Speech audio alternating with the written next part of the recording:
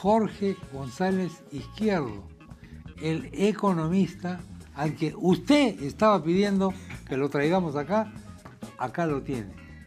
Lo estoy dejando despierto a horas un poco imprudentes, efectivamente. El hombre trabaja bastante, pero ha tenido la gentileza de venirnos a acompañar esta noche. ¿Qué tal, Jorge? Gracias, Chema, por la invitación. ¿Cómo te va? Placer estar contigo. ¿Cuál es el momento económico en el que nos encontramos en este momento, acabando noviembre? Bueno, mira, Chema, Jorge, la cosa este año no está luciendo bien, ¿no? Estamos en un proceso de desaceleración incluso para mí, más fuerte del que yo pensaba que estábamos. Acá lo hemos conversado varias veces, ¿no? ¿Te acuerdas que ponía el ejemplo de que tú ibas en un carro a 100 kilómetros por hora, luego 80, luego a 60, luego a 40? Te estás desacelerando, pero siempre avanzando. Pero ahora realmente nos hemos ido a 30 con peligro de llegar a 20 kilómetros por hora. Porque la tasa de crecimiento enero-septiembre es 4.9. Y acaba de salir, Chema, un dato muy preocupante, de que la inversión privada, el tercer trimestre de este año, o sea, julio, agosto, septiembre, el tercer trimestre de este año, la inversión privada, según el Banco Central de Reserva, creció solamente 2.1, o sea, 2% en tasa anualizada, ¿no? 2%. O sea que eso es un tremendo parón en la inversión privada. Ese dato sí es muy alarmante. Claro, y la pregunta, yo no lo tenía, yo sabía que la inversión privada estaba creciendo alrededor de 7%, un poco más de 7%. Pero me ha sorprendido la bajada a 2%. Se han vuelto pesimistas los inversionistas. Eso sí es muy peligroso. ¿Y por qué digo eso? La gente dirá, pero no, usted es el pesimista, ¿por qué dice eso? No, porque cuando la inversión privada en muy corto tiempo hace así, no una cosa despacio, sino así, porque llegar a 2.1 ya estamos cerca a 0, hace así, tú tienes que preguntarte por qué. Y la primera razón que normalmente ocurre, que te explica una caída así de la tasa de crecimiento, es que haya habido lo que se llama un corte abrupto en el crédito, ¿no? Entonces, claro, se corta el crédito, los inversionistas ya no pueden tener acceso al crédito y ya no invierto. Pero acá en el Perú, ahora vamos a conversar un ratito, el crédito está así, creciendo terriblemente, o sea, por ese lado no va. La segunda razón que te puede explicar una caída así, ya no es solamente un corte abrupto del crédito, que no se ha dado en el caso peruano, sino que las oportunidades de negocio se acaben, pues entonces tú dices, ¿dónde voy a invertir si no hay oportunidad de negocio? Pero mentira, el Perú es una tierra de oportunidades de negocio. Entonces, si no es un corte abrupto del crédito bancario, ni se han acabado las oportunidades de hacer negocio en el Perú, entonces, ¿qué te explica eso? Lo único que queda, amigos, es lo que nosotros los economistas llamamos un deterioro fuerte en las expectativas del inversionista, o lo que la prensa llama la confianza se ha vuelto desconfianza o pesimismo respecto al futuro. ¿Y por qué los inversionistas se están volviendo pesimistas respecto al futuro, pero a ese extremo de estar haciendo así con la tasa de crecimiento? Y para mí no tiene otra respuesta que el accionar político del gobierno. El accionar político del gobierno. Y también el accionar político de algunos líderes políticos del Perú, que están creando lo que llamamos un ruido político muy grande. Ruido político. Así es. Entonces, eso te golpea. Hay un momento crítico, es cuando se pronuncia la palabra crisis por parte del presidente.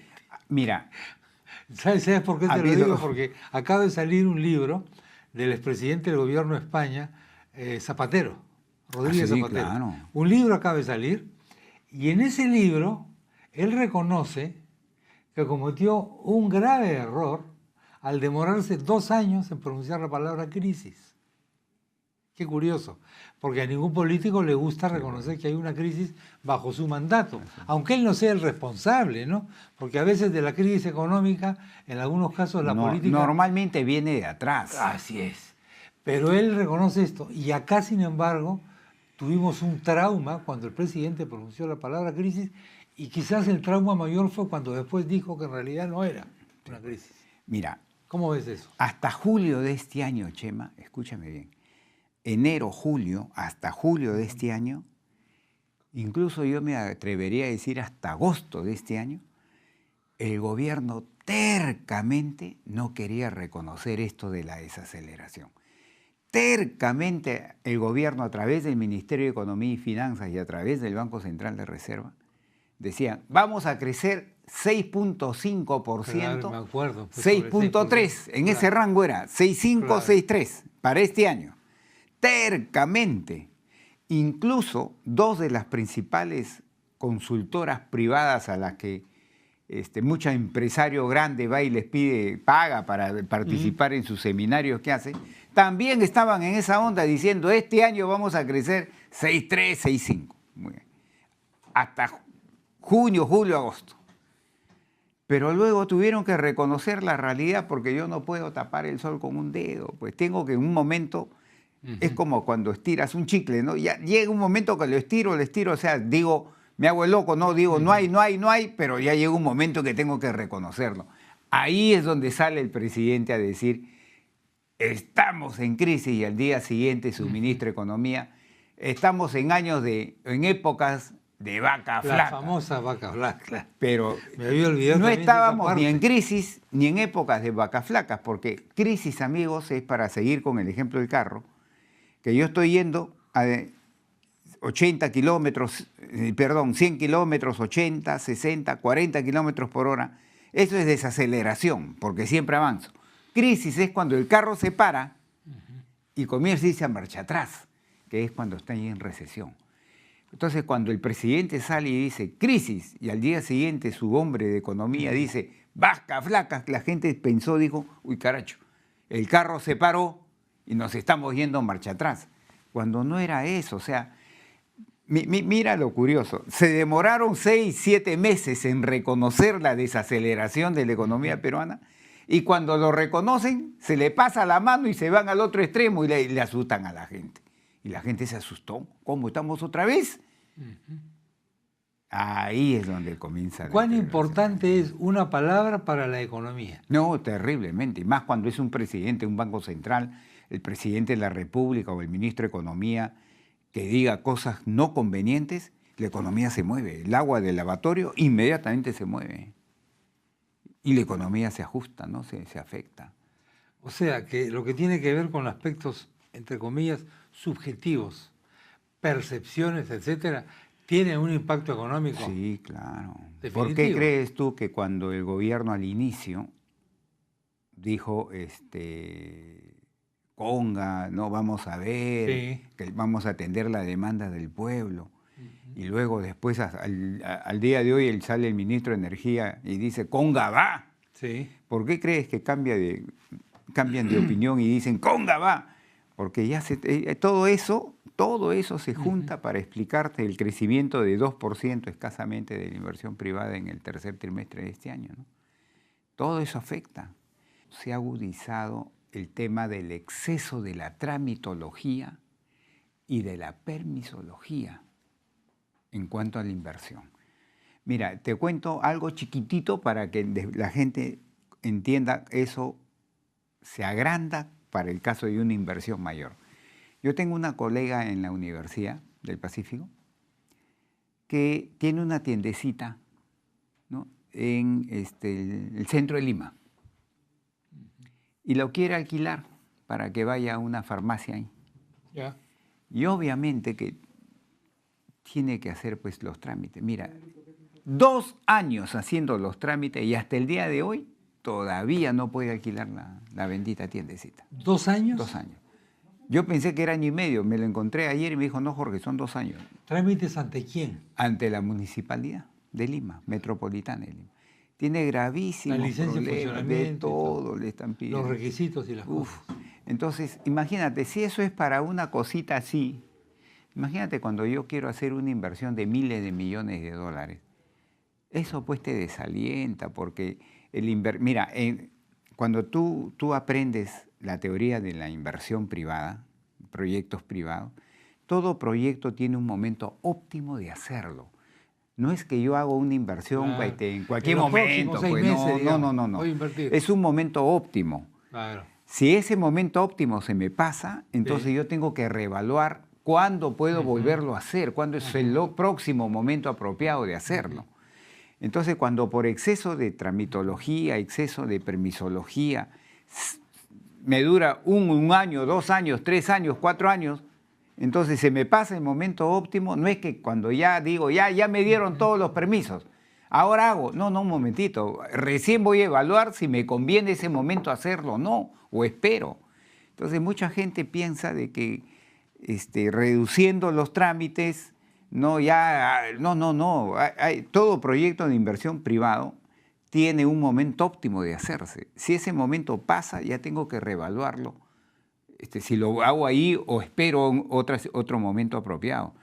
Y eso es lo que está sucediendo acá. Todos se quejan del exceso de tramitología y el exceso de permisología. ¿No había un paquete legislativo? Sí, el Ministerio de Economía y para Finanzas mejorar? sacó Claro. una serie de medidas, entre ellas una fuerza de trabajo destinada a limpiar de este exceso de trámites y de permisología para las grandes inversiones.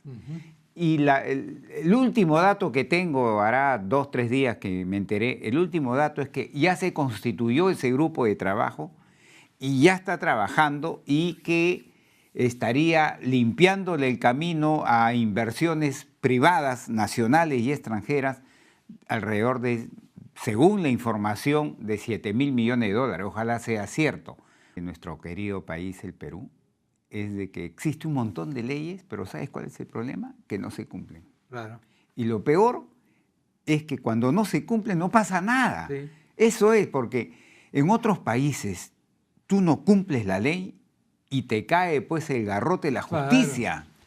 Claro. Acá tú no cumples la ley y todo el mundo... Sí. Si no, miremos nomás lo que pasa con el reglamento de tránsito. Es un espanto. Por Dios. El tránsito es un espanto. Ahí Yo soy dice un prohibido escéptico. estacionar y hay 5 carros estacionados sobre las letras que dice prohibido. Y lo peor es que se quedan ahí horas y no les pasa nada. No hay una grúa que se los levante, nada. Un escéptico frente a la reforma del tránsito. Ha estado acá el otro día este muchacho que es tan inteligente, Guerra García, que tiene a su cargo la reforma del tránsito. Y yo le manifiesto siempre mi escepticismo y me dice, no, yo te voy a demostrar que esto sí es posible. Pero es simplemente andas por Lima. Muy complicado. Y no te digo necesariamente que andes por las grandes avenidas Javier Prado. Porque no te metes a calles normales, claro. Ahí las ves. Hay que hacer las micro cosas antes de las grandes cosas. Y si el tipo está mal estacionado, hay que ponerle pues una multa de padre y señor mío, pues hombre. Pero ¿quién le pone? Nadie. Pues. Nadie le pone. ¿Hay una grúa que lo levante y se lo lleve? No hay, pues eso lo hacen cuando va a la televisión. Ahí. Claro. Pero a lo largo y ancho de Lima no pasa eso. La gente se siente en las normas, los reglamentos del tránsito y lo peor, que no hay castigo. Entonces te acostumbras a incumplir la ley. La Navidad reactiva la economía. ¿Verdad o mito? No, sí, en la Navidad hay un aumento en el gasto. Hay aumento en el gasto. Sí, hay un aumento en el gasto. Lo que hay que comparar no es diciembre con noviembre, octubre, septiembre, sino hay que comparar diciembre de este año con diciembre del otro año para poder tener qué pasó. Entonces, si diciembre del 2013 las empresas venden más que en diciembre del 2012, ahí recién puedes decir está mejorando o ha mejorado. Pero si comparas diciembre con noviembre, octubre, septiembre, estás comparando mal, pues, porque por estacionalidad ese mes siempre vendes más que en los meses previos. Igual que las gaseosas en el verano. Claro, igual que las gaseosas en el verano, los helados en el verano. No vas a comparar con julio, agosto, claro, que es invierno.